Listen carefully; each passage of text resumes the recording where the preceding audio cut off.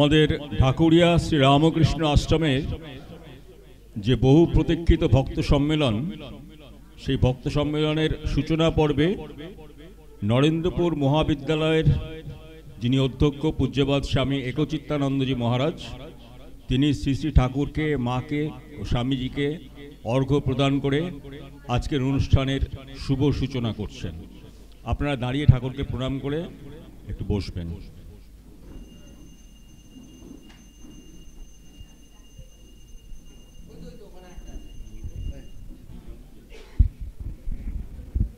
আমাদের শ্রদ্ধেয় মহারাজ ইকে ঢাকুরিয়া শ্রী রামকৃষ্ণ আশ্রমের পক্ষ থেকে আমাদের আশ্রম সভাপতি শ্রী উজ্জ্বল মল্লিক মহাশয় মহারাজজিকে পুষ্পস্তবক দিয়ে ও আশ্রমের পক্ষ থেকে একটি পুস্তক প্রদান করে বরণ করে নিচ্ছেন।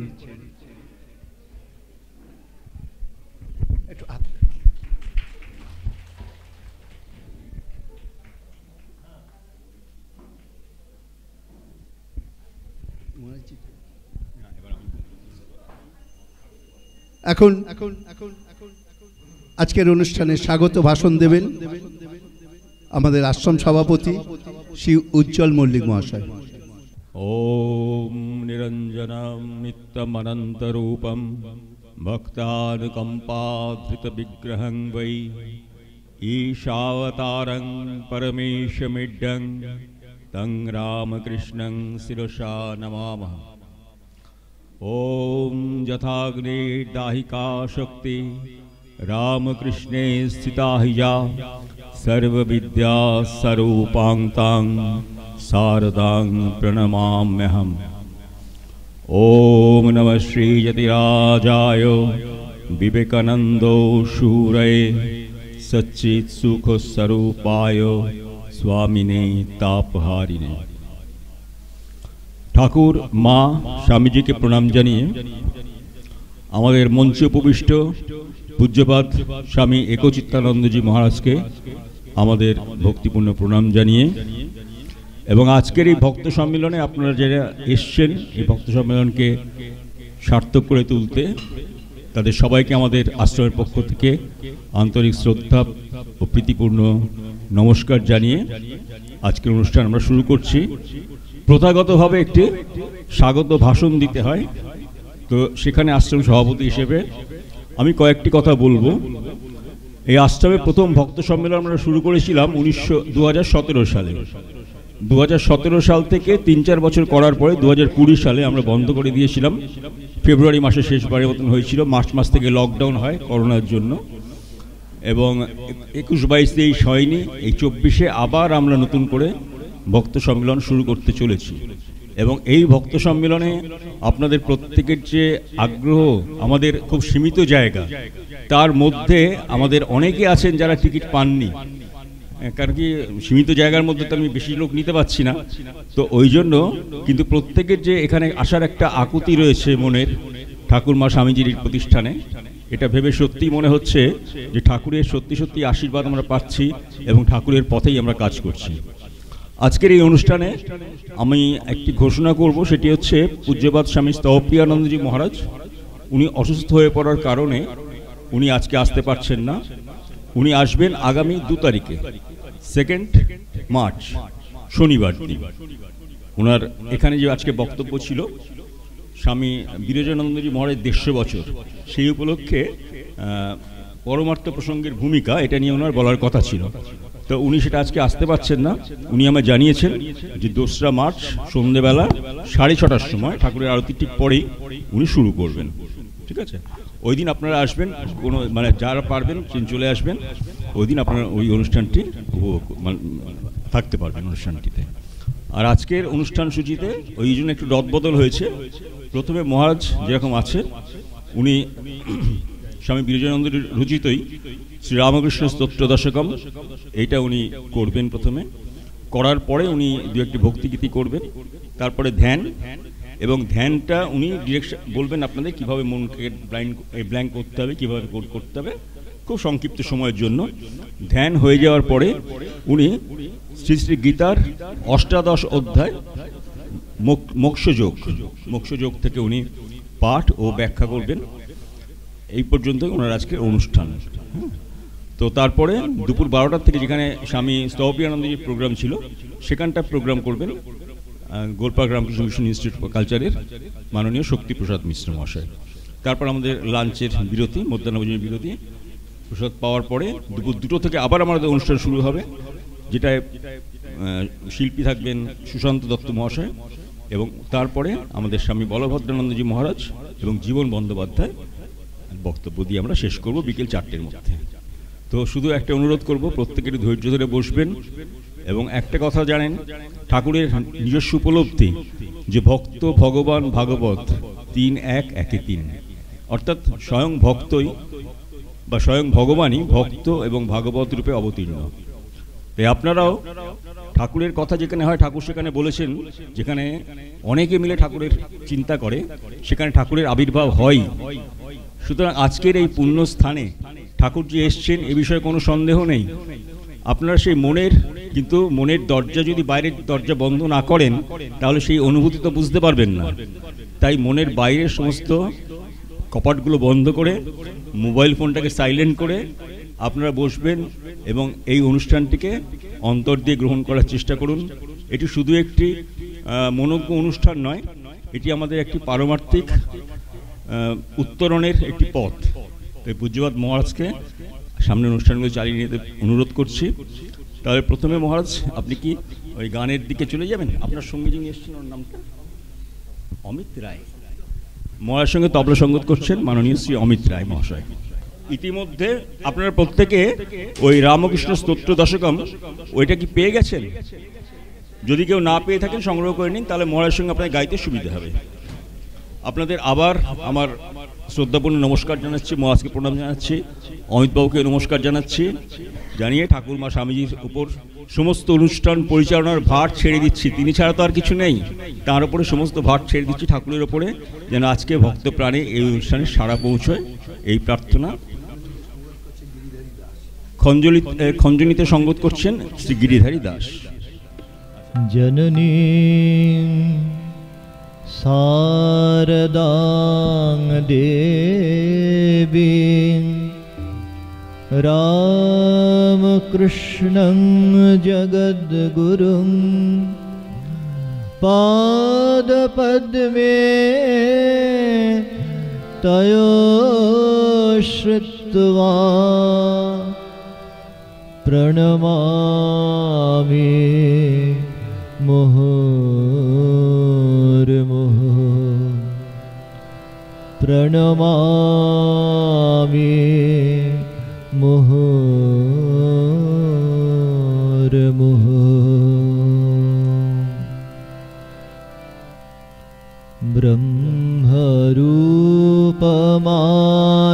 ব্রহ্মরূপমাদিমধ্য शेष सर्वभासकं भावषट्कहीन रूप नित्य सत्यमद्वयम् वाङ्मनोति गोचरं च नेति नेति भावितम् वाङ्मनोति गोचरं च नेति नेति भावितं तन्नमामि देवदेव रामकृष्णमीश्वरं तन्नमामि देवदेव रामकृष्णमीश्वरम् आदितेऽभिहरं सुरारिदैत्यनाशकं साधुशिष्टकामदं महेशुभारहारकम् स्वात्मरूपतत्त्वकं युगे युगे च दर्शितं स्वात्मरूपतत्त्वकं युगे युगे च दर्शितं तन्नमामि देवदेव रामकृष्णमीश्वरम् तन्नमामि देवदेव रामकृष्णमीश्वरम्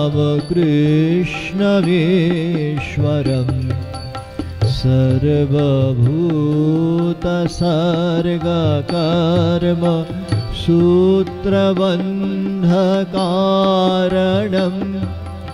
जानकर्म पापपुण्य तारतम्यसाधनम्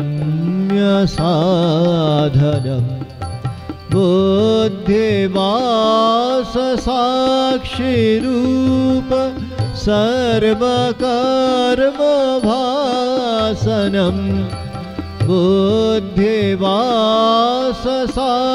बुद्धिवाससाक्षिरूप सर्वकर्मभासनम् तन्नमामि देवदेव रामकृष्णमीश्वरम् तन्नमामि देवदेव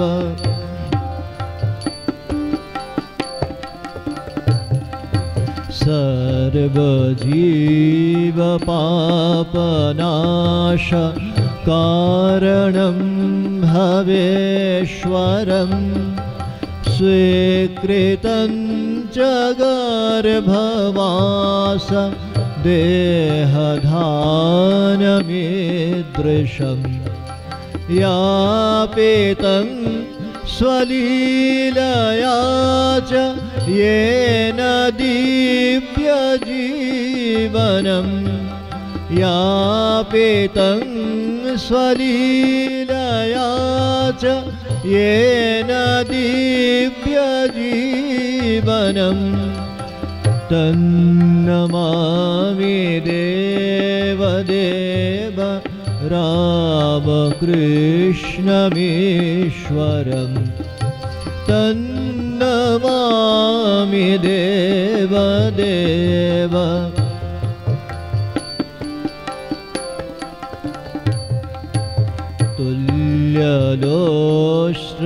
तुल्यलोष्ट्रकाञ्चनं च हेयनेयधिगतं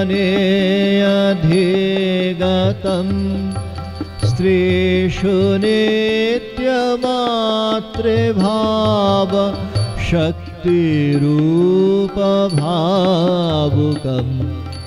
ज्ञानभक्तिभुक्तिमुक्ति शुद्धबुद्धिदायकम् ज्ञानभक्तिभुक्तिमुक्ति शुद्धबुद्धिदायकम् तन्नमामि देवदेव रामकृष्णमीश्वरम् तन्नमामि देवदेव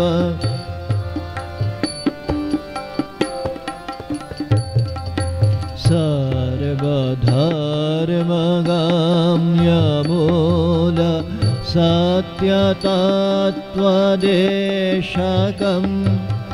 सिद्धसर्वसम्प्रदाय सम्प्रदायवर्जितं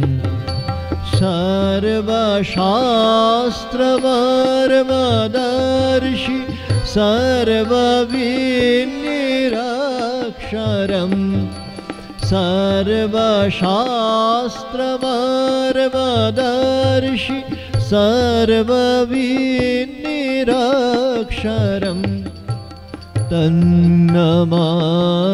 देवदेव रामकृष्णमीश्वरम् तन्नमामि देवदेव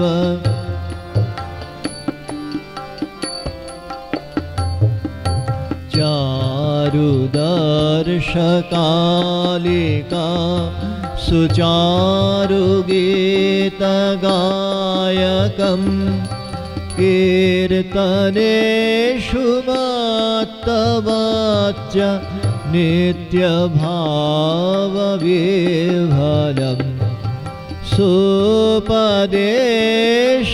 सुपदेशदायकं हि शोकतापवारकं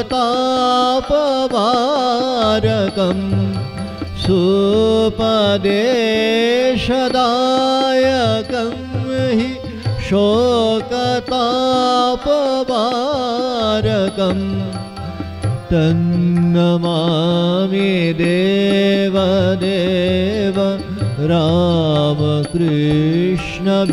रामकृष्णमीश्वरं तन्नमामि देवदेव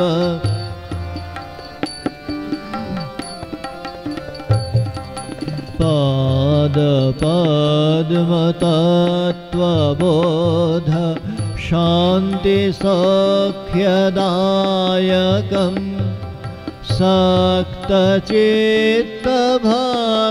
सक्तचित्तभक्तसूनु नित्यवित्तवर्धकं दम्भिदर्पदारणन्तु निर्भयं जगद्गुरुं दम्भिदर्पदारणन्तु निर्भयं जगद्गुरुं तन्नमामि देवदेव रामकृष्णमीश्वरं तन्नमामि देवदेव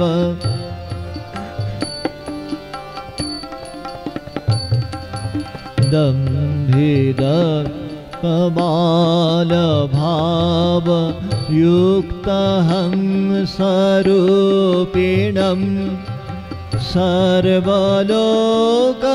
सर्वलोकरञ्जनं भवाब्धिभावभञ्जनं शान्तिसौख्यसद्मजीव जन्मभीतिनाशनं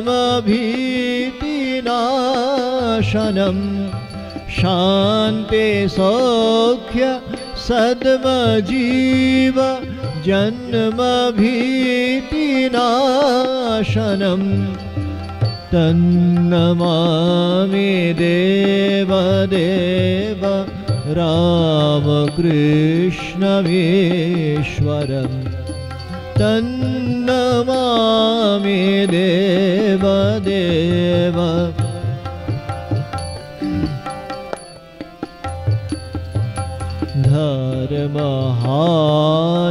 धर्महानहारकं त्वधर्मकर्मवारकं लोकधर्मचारणं च सर्वधर्मकोविदं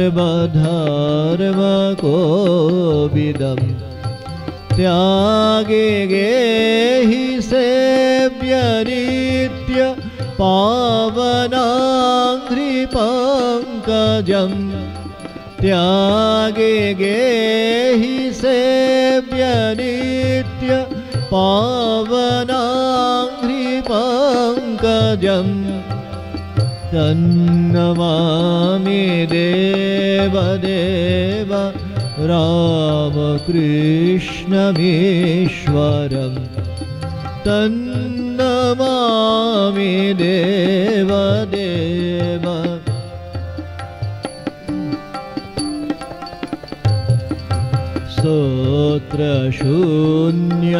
स्तोत्रशून्यसोमकं सदीशभावव्यञ्जकं नित्यपाठकस्य वै विपत्तिपुञ्जनाशकं स्यात् कदापि जापयाग योगभोगसोलभं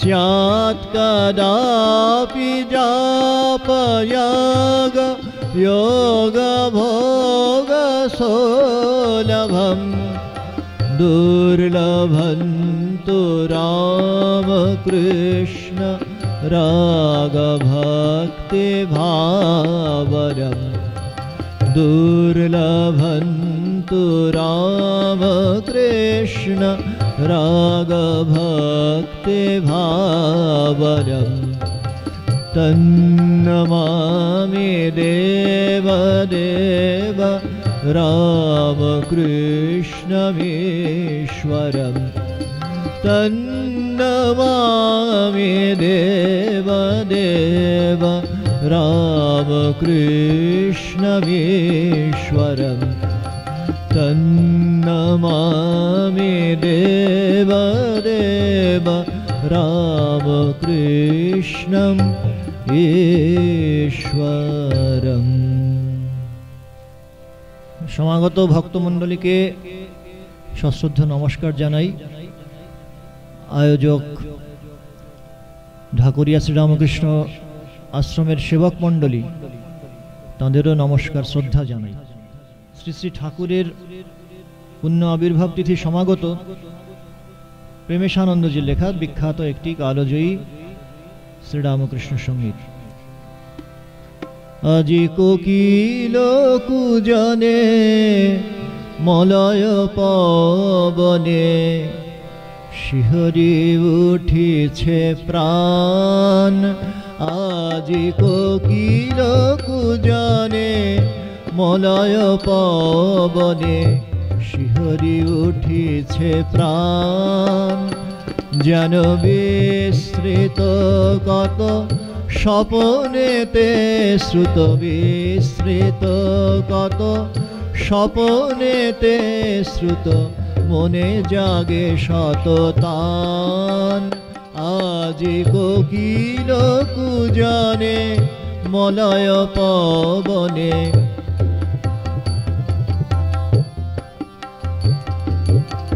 দেববালা যত হাত ধরা ধরি নাচিছে গাহিছে ধরা আলো করি। দেববালা যত হাত ধরা ধরি নাচিছে গাহিছে ধরা আলো করি। ঘেরিয়া শিশুরে ক্ষুদিরাম ঘরে ঘেরিয়া শিশুরে ক্ষুদিরাম ঘরে নিরখি চাঁদ বয়ান।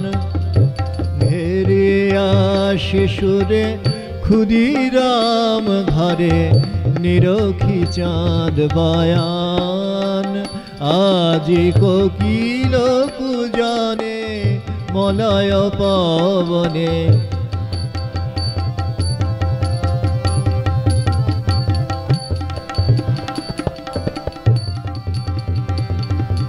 চাঁদে গড়া তনু প্রেমের নয়ন। চন্দ্রমণি কোলে কে শিশু রতন।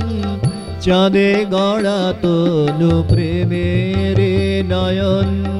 চন্দ্রমণি কোলে কে শিশু রতন। বারেকের তারে সরিদি পারে বারেকের তারে এসরিদি পারে জুড়াই তাপিত প্রাণ। বারেকের তারে এসরিদি পারে জুড়াই তাপিত প্রাণ। কোকিল কুজনে মলয় পবনে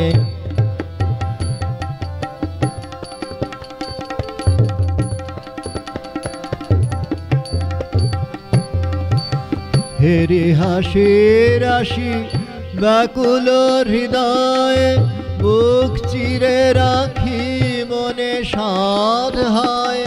হেরি হাসি রাশি ব্যাকুল হৃদয়ে বুক চিরে রাখি মনে সাধ হয়।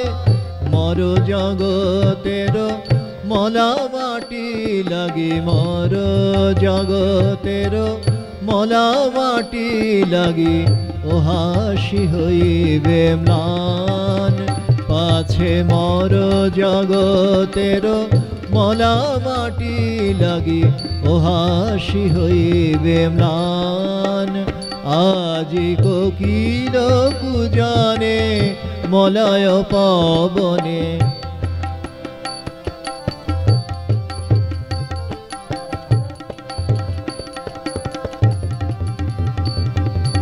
কোটি জনমের যত অশ্রুপাত সফল করিতে এসেছে কিনাত, কোটি জনমের যত অশ্রুপাত সফল করিতে এসেছে কিনাত।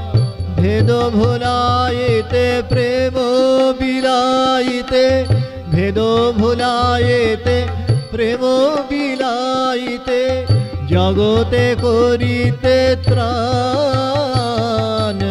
ভেদ ভুলাইতে প্রেম বিলাইতে, জগতে করিতে ত্রাণ। যত দেশ দ্বন্দ্ব মোহবন্ধ হোক চির অবসান, দেশ দ্বন্দ্ব মোহবন্ধ হোক চির অবসান।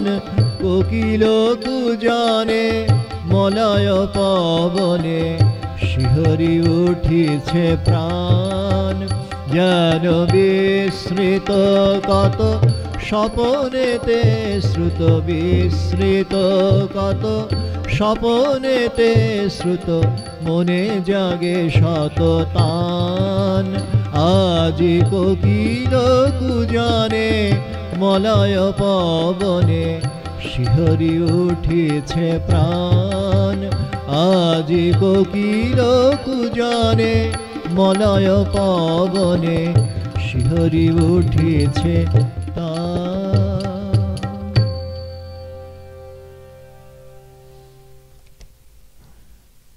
শ্রীরামকৃষ্ণ নিশ্চিতভাবেই আজকে আমাদের মধ্যে উপস্থিত। উজ্জ্বলবাবু যেমন ধরিয়ে দিলেন, কিন্তু তারা একাকী অবস্থান করেন না, পুণ্যত্রয়ী তাদের পার্শ্বদের নিয়ে সপার্শ্বদ সহাবস্থান করেন। रामकृष्ण गुरु महाराजा वंदनम, जगत जननी शारदा माता वंदनम। रामकृष्ण गुरु महाराजा वंदनम, जगत जननी शारदा माता वंदनम। स्वामी विवेकानंद वंदनम, स्वामी ब्रह्मानंद वंदनम, स्वामी विवेकानंद वंदनम, स्वामी ब्रह्मानंद वंदनम, स्वामी शिवानंद वंदनम, स्वामी अखंडानंद वंदनम, स्वामी शिवानंद वंदनम, स्वामी अखंडानंद वंदनम। वंदनम वंदनम वंदनम, वंदनम वंदनम वंदनम। रामकृष्ण गुरु महाराजा वंदनम, जगत जननी शारदा माता वंदनम।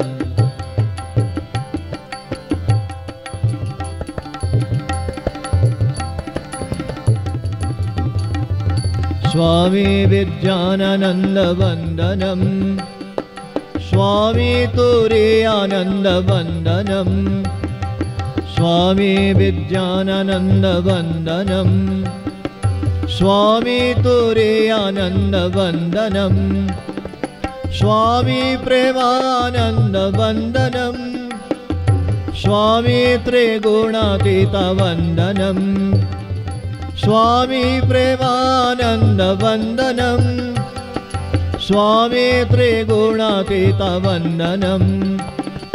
वंदनम वंदनम वंदनम, वंदनम वंदनम वंदनम। रामकृष्ण गुरु महाराजा वंदनम जगत जननी शारदा माता वंदनम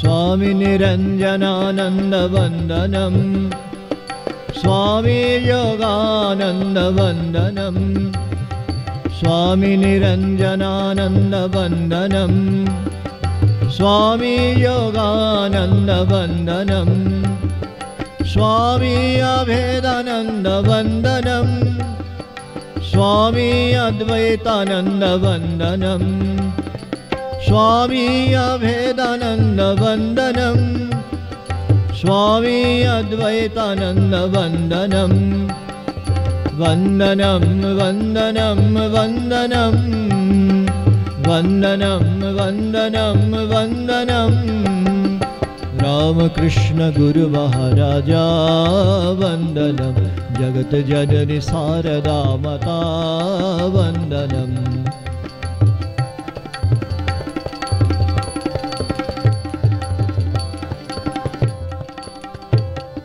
स्वामी रामकृष्णानंद वंदनम स्वामी अद्भुतानंद वंदनम स्वामी रामकृष्णानंद वंदनम स्वामी अद्भुतानंद वंदनम स्वामी शारदानंद वंदनम स्वामी सुबोधानंद वंदनम स्वामी शारदानंद वंदनम स्वामी सुबोधानंद वंदनम वंदनम वंदनम वंदनम वंदनम वंदनम वंदनम रामकृष्ण गुरु महाराजा वंदनम जगत जननी शारदा माता वंदनम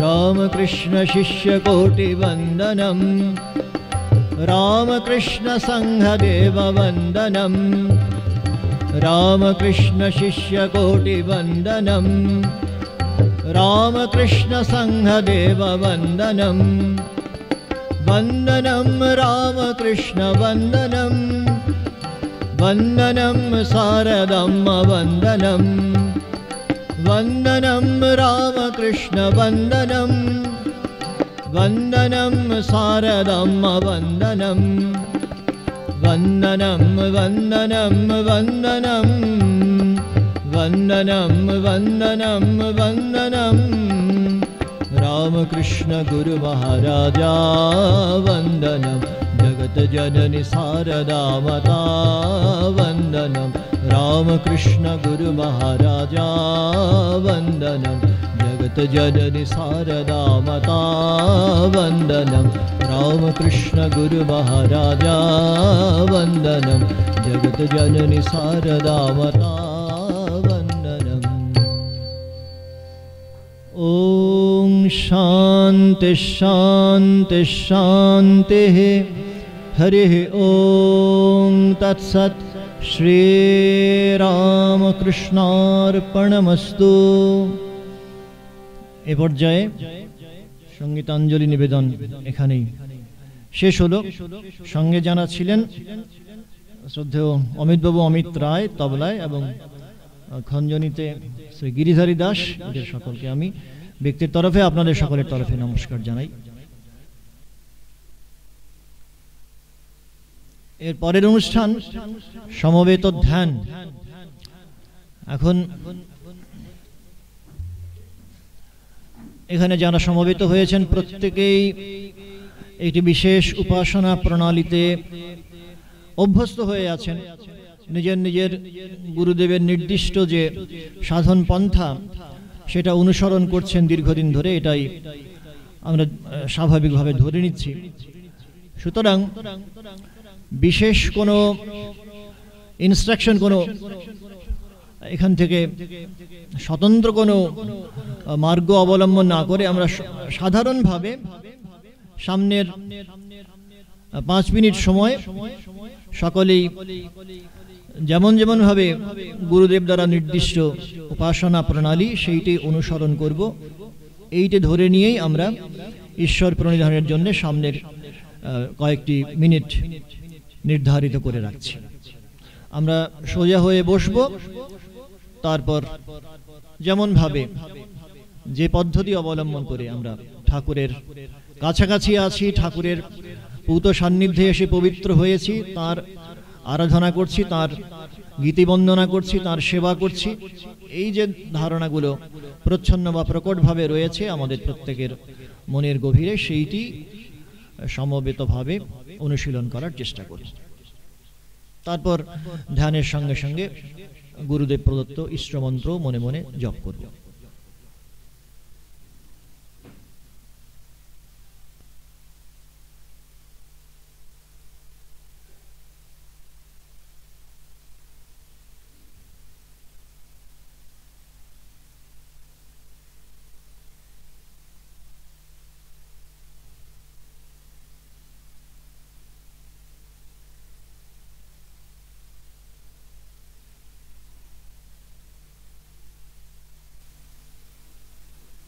ओम शांति शांति शांति। हरि ओम तत्सत्। श्री रामकृष्णार्पणमस्तु। আমাদের সকলের জপ অধ্যয়নের ফল ভগবানের চরণে সমর্পণ করে আমরা এই পর্ব সমাপ্ত করব। শ্রীমদ্ ভগবদ গীতা অষ্টাদশ অধ্যায় মোক্ষ যোগা আমরা সমবেতভাবে পাঠ করব। প্রথমে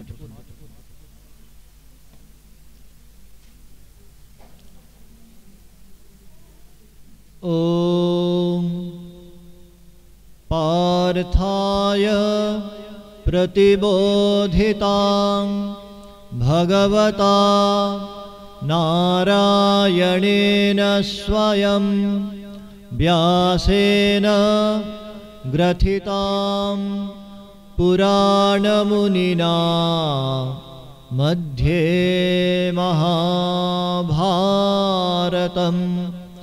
अद्वैतामृतवर्षिणीं भगवतीं अष्टादशाध्यायिनीम् अम्ब त्वाम् अनुसन्दधामि भगवद्गीते भवद्वेषिणीम् वसुदेवसुतं देवं कंसचाणूरमर्दनं देवकी परमानन्दं कृष्णं वन्दे जगद्गुरुम्। अथ अष्टादशोऽध्यायः। अर्जुन उवाच सन्न्यासस्य महाबाहो तत्त्वमिच्छामि वेदितुं त्यागस्य च ऋषिकेश पृथक् केशिनिषूदन। श्रीभगवानुवाच काम्यानां कर्मणां न्यासं सन्न्यासं कवयो विदुः सर्वकर्मफलत्यागं प्राहुस्त्यागं विचक्षणाः।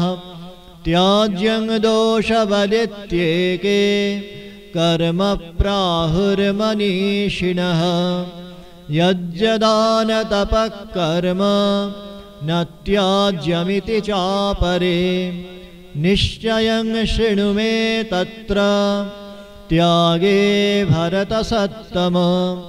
त्यागो हि पुरुषव्याघ्र त्रिविधः सम्प्रकीर्तितः। यज्जदानतपः कर्म यज्जदानतपः कर्म न त्याज्यं कार्यमेव तत्। यज्जोदानं तपश्चैव पावनानि मनीषिणाम्। एतान्यपि तु कर्माणि सङ्गं त्यक्त्वा फलानि च कर्तव्यानीति मे पार्थ निश्चितं मतमुत्तमम् नियतस्य तु सन्न्यासः कर्मणो नोपपद्यते मोहात्तस्य परित्यागस्तामसः परिकीर्तितः दुःखमित्येव यत्कर्म कायक्लेशभयात् त्यजेत् स कृत्वा राजसं त्यागं नैव त्यागफलं लभेत् कार्यमित्येव यत्कर्म नियतं क्रियतेऽर्जुन सङ्गं त्यक्त्वा फलं चैव सत्यागः सात्विको मतः न द्वेष्ट्य कुशलं कर्म कुशलेनानुषज्यते त्यागी सत्त्वसमाविष्टो मेधावी छिन्नसंशयः न हि देहभृता शक्यं त्यक्तुं कर्माण्यशेषतः यस्तु कर्मफलत्यागी सत्यागेत्यभिधीयते अनिष्टमिष्टं मिश्रं च त्रिविधं कर्मणः फलं भवत्यत्यागिनां प्रेत्य न तु सन्न्यासिनां क्वचित् पञ्चेमानि महाबाहो कारणानि निबोध मे सांख्ये कृतान्ते प्रोक्तानि सिद्धये सर्वकर्मणाम् अधिष्ठानं तथा कर्ता करणं च पृथग्विधं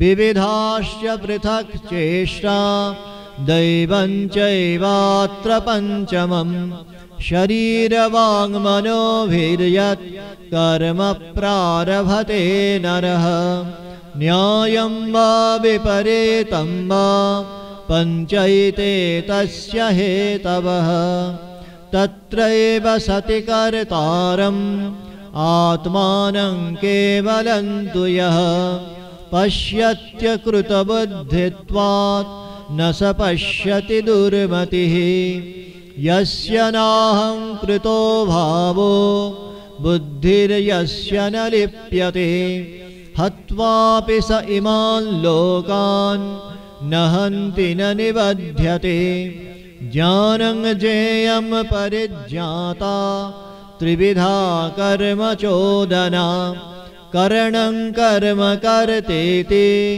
त्रिविधः कर्म संग्रहः ज्ञानं कर्म च कर्ता च त्रिधैव गुणभेदतः प्रोच्यते गुणसंख्याने यथावच्छृणुतान्यपि सर्वभूतेषु येनैकं भावमव्ययमीक्षते अविभक्तं विभक्तेषु तज्ज्ञानं विद्धि सात्विकम् पृथक्त्वेन तु यज्ज्ञानं नानाभावान् पृथग्विधान् वेत्ति सर्वेषु भूतेषु तज्ज्ञानं विद्धि राजसं यत्तु कृत्स्नवदेकस्मिन् कार्ये सक्तमहैतुकम् अतत्त्वार्थवदल्पं च तत्तामसमुदाहृतम् नियतं सङ्गरहितम् अरागद्वेषतकृतम् अफलप्रेप्सुना कर्म यत्तत्सात्विकमुच्यते यत्तु कामेप्सुना कर्म साहङ्कारेण वा पुनः क्रियते बहुलायासं तद्राजसमुदाहृतम् अनुबन्धं क्षयं हिंसाम् अनपेक्ष्य च पूरुषं मोहादारभ्यते कर्म यत्तत्तामसमुच्यते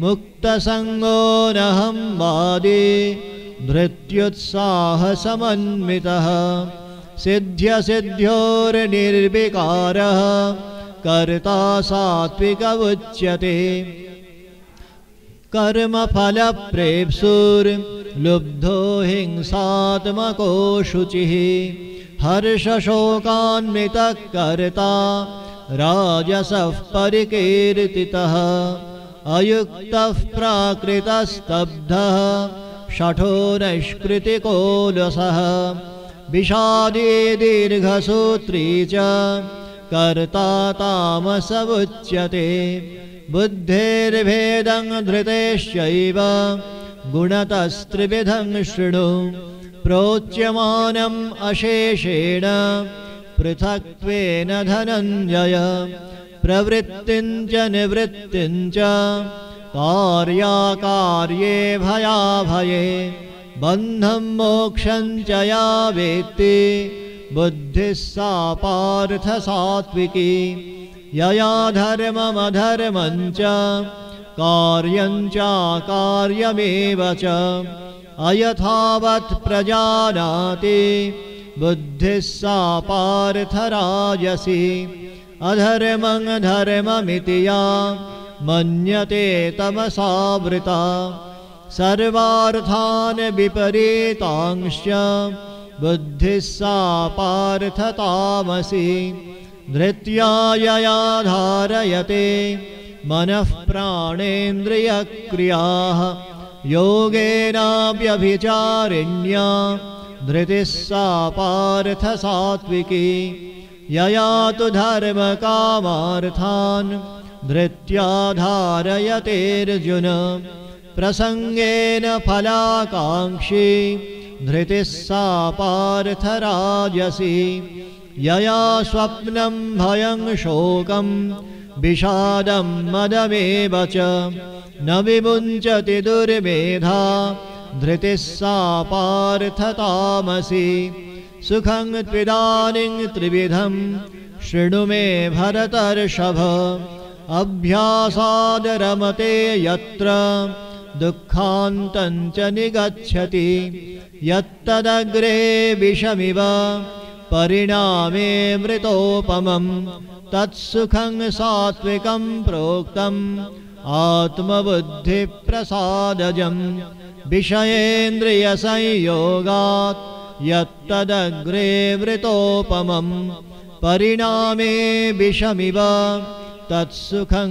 राजसंस्मृतं यदग्रे चानुबन्धे च सुखं मोहनमात्मनः निद्रालस्य प्रमादोत्थं तत्तामसमुदाहृतं न तदस्ति पृथिव्यां वा दिवि देवेषु वा पुनः सत्वं प्रकृतिजैर्मुक्तं विस्यात्रिभिर्गुणैः ब्राह्मणक्षत्रियविषां शूद्राणां च परन्तप कर्माणि प्रविभक्तानि स्वभावप्रभवैर्गुणैः शमोदमस्तपःशौचं क्षान्तिरार्जवमेव च ज्ञानं विज्ञानमास्तिक्यं ब्रह्मकर्म स्वभावजं शौर्यं तेजो धृतिर्दाक्ष्यं युद्धे चाप्यपलायनं दानमीश्वरभावश्च क्षात्रं कर्म स्वभावजं कृषिगोरक्ष्यवाणिज्यं वैश्यकर्म स्वभावजं परिचर्यात्मकं कर्म शूद्रस्यापि स्वभावजं स्वे स्वे कर्मण्यभिरतः संसिद्धिं लभते नरः स्वकर्मनिरतः सिद्धिं यथा विन्दति तच्छृणु यतः प्रवृत्तिर्भूतानां येन सर्वमिदं ततं स्वकर्मणा तमभ्यर्च्य सिद्धिं विन्दति मानवः श्रेयान् स्वधर्मो विगुणः परधर्मात् स्वनुष्ठितात् स्वभावनियतं कर्म कुर्वन्नाप्नोति किल्बिषं सहजं कर्म कौन्तेय सदोषमपि न त्यजेत् सर्वारम्भा हि दोषेण धूमेनाग्निर्वावृताः असक्तबुद्धिः सर्वत्र जितात्मा विगतस्पृहः नैष्कर्म्य सिद्धिं परमां संन्यासेनाधिगच्छति सिद्धिं प्राप्तो यथा ब्रह्म तथाप्नोति निबोध मे समासेनैव कौन्तेय निष्ठा ज्ञानस्य या परा बुद्ध्या विशुद्धया युक्तो धृत्यात्मानं नियम्य च शब्दादीन् विषयान् त्यक्त्वा रागद्वेषोऽभ्युदस्य च विविक्तसेविलघ्वाषे यतवाक्कायमानसः ध्यानयोगपरो नित्यं वैराग्यं समुपाश्रितः अहङ्कारं बलं दर्पं कामं क्रोधं परिग्रहं विमुच्य निर्ममः शान्तो ब्रह्मभूयाय कल्पते भूतः प्रसन्नात्मा न शोचति न काङ्क्षति समः सर्वेषु भूतेषु मद्भक्तिं लभते परां भक्त्या मामभिजानाति यावान् यस्यास्मि तत्त्वतः ततो मां तत्त्वतो ज्ञात्वा विशते तदनन्तरं सर्वकर्माण्यपि सदा कुर्वाणो मद्व्यपाश्रयः मत्प्रसादादवाप्नोति शाश्वतं पदमव्ययं चेतसा सर्वकर्माणि मयि सन्न्यस्य मत्परः बुद्धियोगम् उपाश्रित्य मच्चित्तः सततं भव मच्चित्तः सर्वदुर्गाणि मत्प्रसादात् तरिष्यसि अथ चेत् त्वमहङ्कारात् न शोष्यसि विनक्ष्यसि यदहङ्कारमाश्रित्य न योत्स्य इति मन्यसे मिथ्यैष व्यवसायस्ते प्रकृतिस्त्वां नियोक्ष्यति स्वभावजेन कौन्तेय निबद्धस्वेन कर्मणा कर्तुं नेच्छसि यन्मोहात् करिष्यस्य वशोऽपि तत् ईश्वरः सर्वभूतानां हृद्देशेऽर्जुन तिष्ठति भ्रामयन् सर्वभूतानि यन्त्रारूढानि मायया तमेव शरणं गच्छ सर्वभावेन भारत तत्प्रसादात् परां शान्तिं स्थानं प्राप्स्यसि शाश्वतम् इति ते ज्ञानमाख्यातं गुह्याद् गुह्यतरं मया विमृश्यैतद् अशेषेण यथेच्छसि तथा कुरु सर्वगुह्यतमं भूय शृणु मे परमं वचः इष्टोऽसि मे दृढमिति ततो वक्ष्यामि ते हितं मन्मना भव मद्भक्तो मद्याजी मां नमस्कुरु मामिवश्यसि सत्यन्ते प्रतिजाने प्रियोऽसि मे सर्वधर्मान् परित्याज्य मामेकं शरणं व्रज अहं त्वां सर्वपापेभ्यो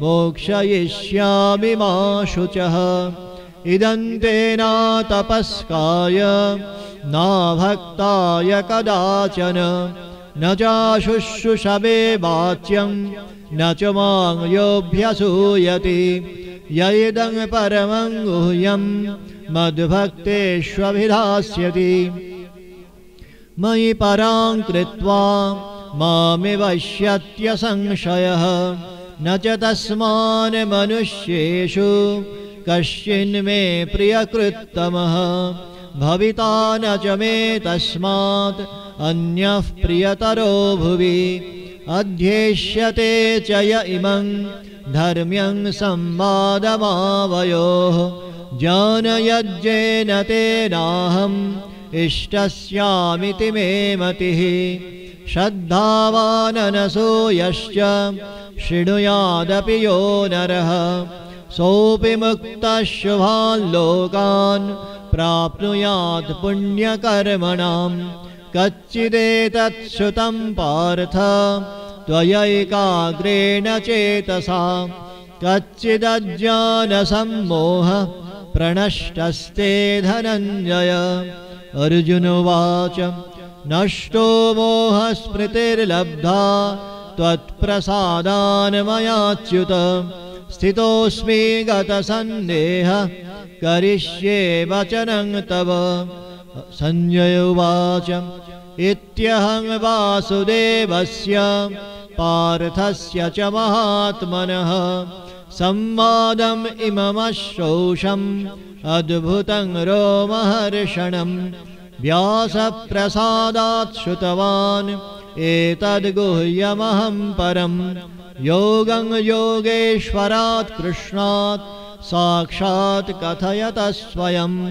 राजन् संस्मृत्य संवादमिममद्भुतं केशवार्जुनयोः पुण्यं हृष्यामि च मुहुर्मुहुः।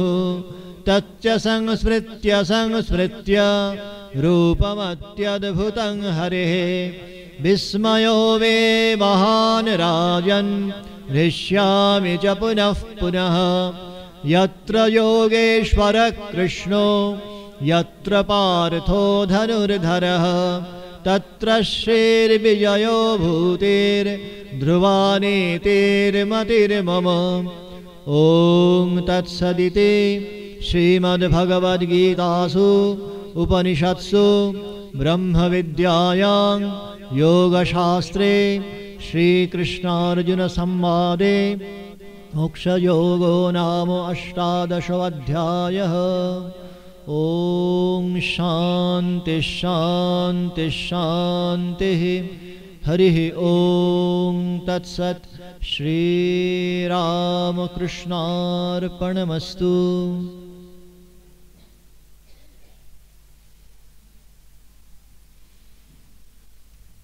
গীতার এই প্রভাষণ শোনার পর হতোদ্যম অর্জুন, যিনি কিনা সমস্ত আশা পরিত্যাগ করেছিলেন, তিনি আবার উঠে দাঁড়িয়েছিলেন, প্রবুদ্ধ হয়েছিলেন।